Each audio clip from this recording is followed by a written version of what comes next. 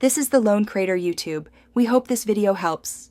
In this video, I will show how to make a delicious cabbage and carrot salad. First, let's gather our ingredients. You'll need 1 small head of cabbage and 2 large carrots.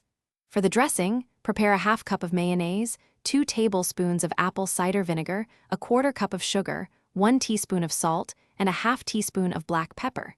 Having everything ready makes the process smooth and enjoyable. Now, let's prepare our vegetables. Start by finely shredding your small head of cabbage. Aim for thin, uniform pieces for the best texture. Next, grate the 2 large carrots. You can use a box grater or a food processor for this step. Once both are prepared, combine the shredded cabbage and grated carrots in a large mixing bowl. It's time to create our simple yet flavorful dressing. In a separate bowl, whisk together the ½ cup of mayonnaise and 2 tablespoons of apple cider vinegar. Then, add the 1/4 cup of sugar, 1 teaspoon of salt, and a ½ teaspoon of black pepper. Mix everything thoroughly until all the ingredients are well combined and the dressing is smooth. Finally, let's bring it all together. Pour the prepared dressing over your cabbage and carrot mixture.